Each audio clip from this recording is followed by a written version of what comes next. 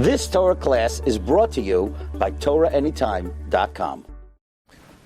Welcome everybody to a special edition of All Parsha on Parshas Vayigash, the Ramban on Parshas Vayigash. This week I would like to share with you two fundamental pieces of the Ramban. Let's begin in Perek Memhei Pasuk Chav Zayin. So the brothers return to Yaakov and they tell, Yaakov finds out the incredible news that Oid Yosef Chai. And the pasuk says, "Vayidabru elav." They spoke to him, "Eis kol divrei Yosef," all the words of Yosef, "Asher diber aleihem," that he spoke to them. Vayaras ha'agalos, and Yaakov saw the wagons. Asher shalach Yosef l'osei, so that Yaakov sent to carry him. Vatichi ruach Yaakov avihem. Yaakov's spirit came alive. So if the pasuk says that the brothers told Yaakov everything, one would think he heard everything, and he now has found out that Yosef was sold by the brothers and he ended up in Mitzrayim. However, the Ramban says, no, that is not the correct interpretation of the pasuk. It says Ramban, Yeroa li, it seems to me, al derech hapshat, based on the simple understanding. What that means is, even though Chazal do imply that Yaakov did know at this point that Yosef was sold, but the Ramban says al derech hapshat, on the level of understanding the narrative on its simple level. It was never told to Yaakov his whole life that Yosef's brother sold him. So then what did Yaakov think? What did Yaakov think happened to Yosef? Yaakov thought Yosef got lost in the field. Also the ones who found him, they took him, they sold him down to Egypt. But the opinion of the Ramban is Yaakov never ever knew that Yosef was sold. The brothers didn't want to tell Yaakov about their sin. Certainly they were afraid for their lives, lest Yaakov get angry and curse them. So this is a fear that the brothers had.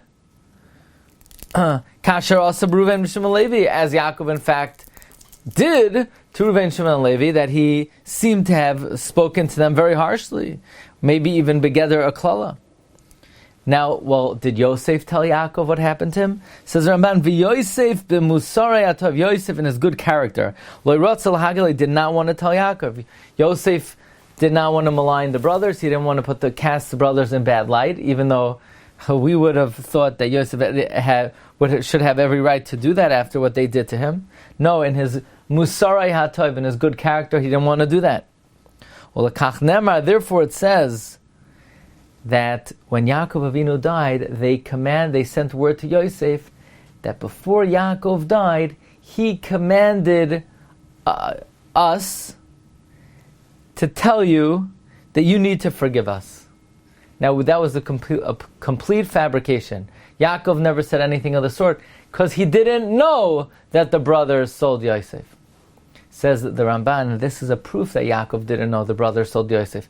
Because if Yaakov would have known the brothers sold Yosef, why would the brothers have to make up a story that Yaakov said that Yosef needs to forgive them? The brothers should have gone in reality to Yaakov Avinu and begged him for forgiveness for what they did. The fact that they didn't actually ask Yaakov for forgiveness. Instead, they made up a story that he said that Yosef should forgive them. That indicates that, in fact, Yaakov Avinu never ever knew.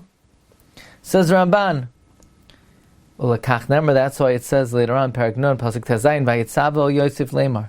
They commanded to Yosef, saying, Avicha tziva lefnei Moshe Lemar, your father commanded before his death, saying, Ve'ilu yada Yaakov b'inyan hazeh, if Yaakov would have known about this, hayaroi lahem sheyichalu pnei avim, it would have been fitting for them to beg their father b'moisai when he died, letzavois es Yosef mipiv, to command Yosef from his own mouth. If Yaakov knew about the issue, so shouldn't they have asked him to tell Yosef straight? In other words, what the Ramban is saying is that if in fact Yaakov Avinu knew that the brothers sold Yosef, then they should have told Yaakov, tell Yosef to forgive us. Not only should they have asked Yaakov for forgiveness, they should have gone to Yaakov and say, Yaakov, tell Yosef to forgive us. They should have begged their father to command Yosef, but instead they made up a story that Yaakov commanded Yosef to forgive them. Why did they have to make up a story? Why didn't they ask him directly? That shows they never told him what they did. Ki yisapanav layamras dvarai. That he, in other words, they should have asked Yaakov to command Yosef, because Yosef would have countenanced such a command, and he would not rebel against Yaakov's wishes. They would never be in danger. Why? They have to make up a story to save their skin. They should have asked Yaakov, tell Yosef that he should forgive us. They wouldn't have to make up a story. They could have really asked Yaakov, please tell Yosef that he should forgive us. You know why they had to make up the story? Because they never told Yaakov Avinu. The fact that they had to concoct this fabrication that Yaakov commanded that he should forgive them, and they didn't go to him and say, Dad, tell Yosef to forgive us, that indicates that in fact they never ever told Yaakov Avinu. I'd like to go toward the end of the Parsha, where Yaakov Avinu encounters Parai. And in this very strange encounter, Paro asks Yaakov, how old are you? We're in Parak Mem Zayin, Pasuk Ches. And Yaakov says to Paro, the days of the years, Yemei Shnei Megurai, the days of the years of my sojourning, Shlishim Shana, 130 years, Me'ad V'ra'im, few and evil, Hayu Yemei Shnei Chayai, were the days of the years of my life. V'lehisigu es Yemei Shnei Chayai Avoisai, I did not achieve the days of the years of the life of my forefathers, B'mei Megurahim, and their sojourning. So, there are a few difficulties over here. Most people, when they meet an important personality, they don't say, how old are you? Furthermore, Yaakov seems to be complaining and saying his life was lousy. Is that the proper way to respond? Is that the proper attitude to have, to say that one's life was lousy? Says Ramban, Ma'ad v'ram hoyumei shnei chayai, lo yadati tamazakin avinu. I don't know why Yaakov responded this way. Kima musru, what ethics is it? How is it good personality to complain to the king? That's question number one. Should Yaakov be complaining? Question number two. Umatam lemar. What's the reason he said, I did not achieve the years of life of my forefathers. Maybe he will yet achieve that amount of years, and he will ultimately live more than them. What's Yaakov saying? No, I didn't live as long as my forefathers. How do you know? Let's wait and see. Maybe Yaakov Avinu will ultimately live longer than his forefathers. So number one, why is Yaakov complaining? And why is he saying he didn't live as long as his forefathers? Maybe he yet will. Says Ramban Veniroli, it would seem to me, Ki Yaakov Avinu, Yaakov Zarka Ba'iseva, old age jumped upon him. So again, the Ramban wants to know, why is Yaakov complaining, and why is Yaakov saying that he didn't live as long as his forefathers? He may yet do that. And we asked, additionally, what kind of question is it that Paro asked Yaakov, why do you look so old? How old are you? Most people don't ask the other person's age in their first encounter. So therefore the Ramban says, Yaakov Avinu looked unusually aged. Old age was thrown upon him. He looked exceptionally old. And Paro was wondering, I mean, pal, you look like you're 500 years old. Paro wondered about his old age. Most people in those times did not live so long, because the human lifespan already began to shrink earlier. The Ramban says in Parakeh, Pasuk Daled of Bereshis, that regular people lived 70 or 80 years. So the Paro was troubled. You look unusually old. Why? I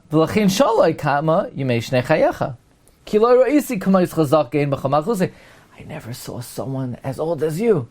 You look like you're ancient. Oz, Anna, Yaakov. So Yaakov answered, the truth is, I'm not that old. Kiyam of I'm 130. And you say, oh, that's very old. Yeah, that's not very old. My forefathers even lived longer than that. So Yaakov says, I'm not that old. I'm only 130. And if you think that's old, I didn't even live as long as my forefathers. Val Yismabhem, don't wonder about them. Ki ma'adhem, they are few. Kigeneged shnoisav oisav, relative to the years of my forefathers. So regarding our question is answered, why Paro asked Yaakov his age, because Yaakov just looked unusually old. And regarding the Ramban's questions of why is Yaakov complaining, he's not complaining. What he's saying is, not that he doesn't expect to live longer than his forefathers. Paro wonder, you look so old. So Yaakov's saying the truth is, I'm not that old. You want to know old? My forefathers lived even longer than me. Maybe I'll ultimately live longer than them, but don't wonder about my old age. And if you want to know why I look so exceptionally old, here the Ramban is answering his first question. Is it musar? Is it ethical? Is it proper conduct to be complaining about one's life? Because Yaakov's life was difficult, with troubles and sorrow. Zarka ba'iseva, old age was thrown upon him, and he seemed to be extremely old. So again, the Ramban wanted to know that why did Yaakov complain? He's not complaining, he's just explaining why he looks so old. It's because of all the troubles he had. And regarding the fact that Yaakov seems to be saying that he didn't live as long as his forefathers, that's not to say he won't ultimately live, but he was longer than them. But he was just telling Paro, don't get so worked up about my old age. My forefathers lived even longer than I. Just to share with you regarding this question, is it proper that Yaakov Avinu should complain about his old age? The Malbim has a very incredible pshat over here. The Malbim learns that Yimei Shnei Chayai really is a very specific terminology that refers to the years that a person is able to use for the service of HaKadosh Baruch Hu. Shmei Megurai are years that a person is alive and breathing. So Paroi said, Kama Yimei Shnei Chayacha? Paroi did not know the nuance of what the connotation of this expression meant. He meant, how old are you? So Yaakov said, look, I have to tell you something. Shnei Chayai are the years that I was able to serve Hashem properly. The years that I was just living are called Shnei Megurai. So Yaakov says like this. Yemei Shnei Megurai, if you want to know how many years I'm alive and breathing, 130 years. But if you want to know Shnei Chayai, Ma'at V'roim Hoyu Yemei Shnei Chayai. The years that I'm able to serve Hashem are very few and bad, meaning I did not fulfill the onus of responsibility of service of Hashem in the amount of time that I had. I